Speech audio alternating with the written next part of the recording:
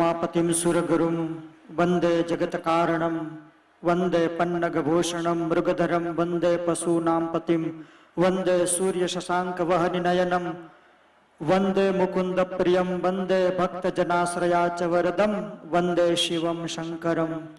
बोलो स्वामिनारायण भगवान की, श्री रामचंद्र भगवान की, कृष्ण कन्हैया लाल की, उमिया मात की, लक्ष्मी नारायण देव की, गौ मात की। ओम नमः पार्वती पते हर हर महादेव।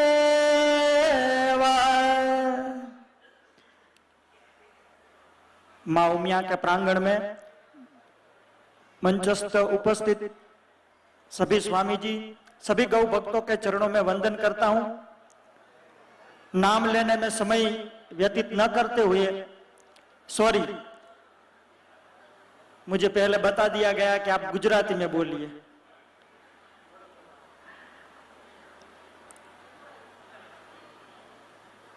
आज का दिन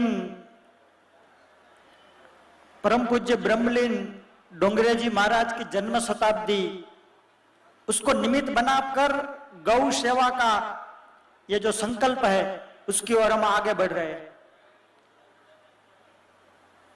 तमने बधाने खबर ना होय, अशोक भाई वर्ष 2 वर्ष पहला नीलकंठ विद्यापीठ में आया ने जीवराम भाई ना रूम में आपणे बैठा था, त्यारे अशोक भाई कीधुं के डोंगरेजी महाराज ना 100 वर्ष पूरा थाय छे तो आपणे कांईक मोटुं आयोजन करवुं छे। એટલે સ્વામીજી તમે આઈડિયા આપો। થોડી અમે ચર્ચા કરી, પછી અશોકભાઈ ને બધા નીકળી ગયા, પછી જીવરામભાઈ પાસે અમે સંતો બેઠા હતા, કીધું આઈડિયા તો યુટ્યુબ માં મળી જાય, પૈસા નો મળે, પૈસા આપો ને તો આઈડિયા તો અંદરથી નીકળે।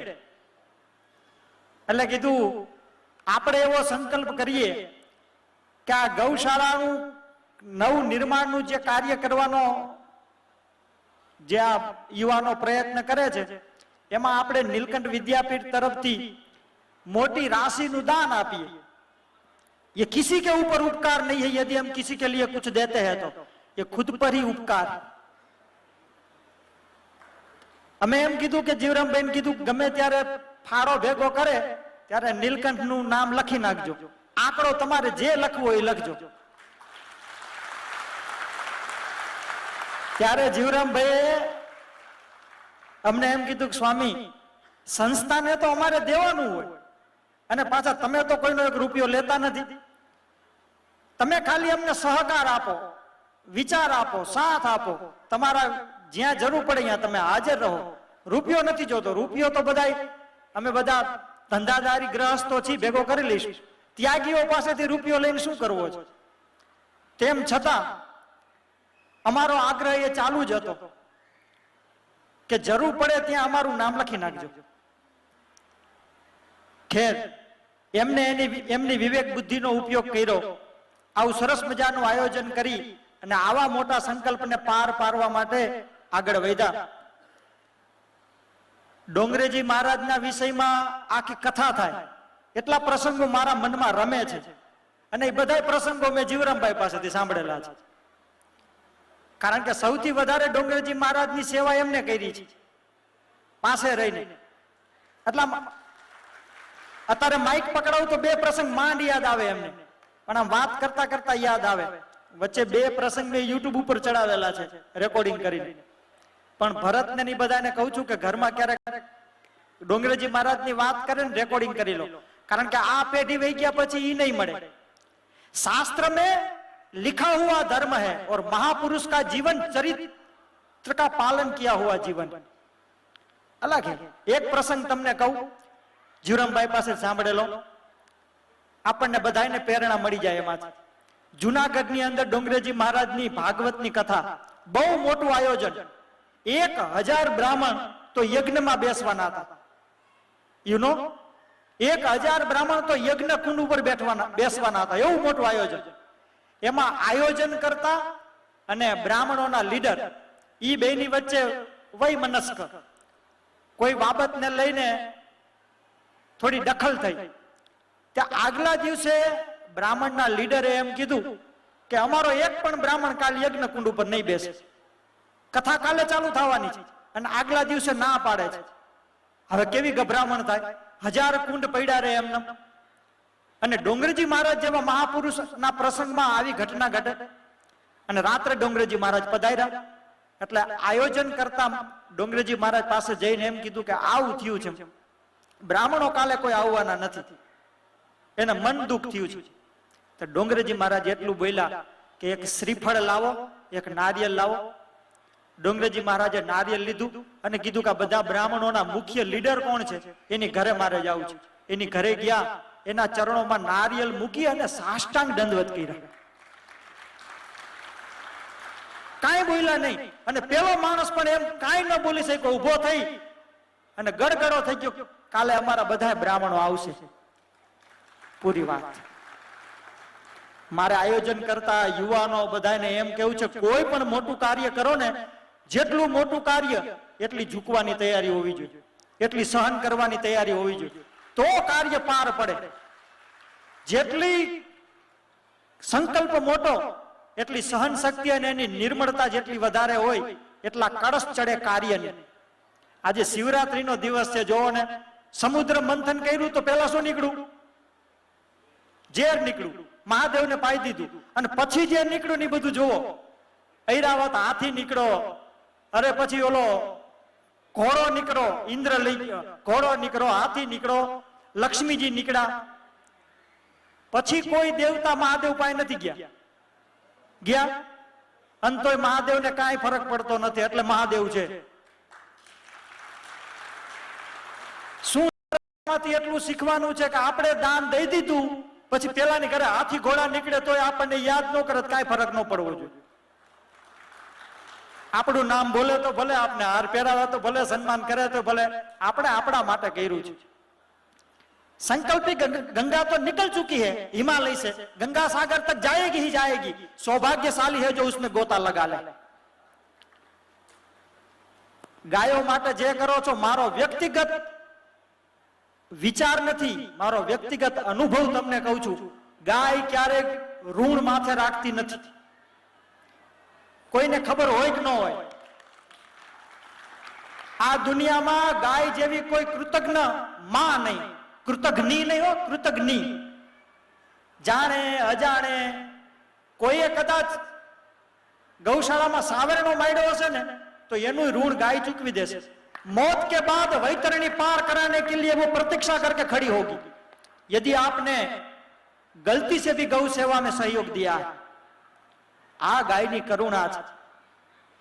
તમે વિચાર તો કરો, હિંસાનું પાપ કોને લાગે? શાસ્ત્રમાં એમ કીધું છે કે ગાયને મારે અથવા તો કોઈ પણ પશુને મારે, એ એકને જ પાપ નથી લાગતું. મારવા વાળો, ટ્રાન્સપોર્ટિંગ કરવા વાળો, ખાવા વાળો, વેચવા વાળો, ખરીદવા વાળો, અનુમોદન આપવા વાળો, ખા કઈ વાંધો નહીં, ખવાય, આ બધાને એક સરખું પાપ લાગે.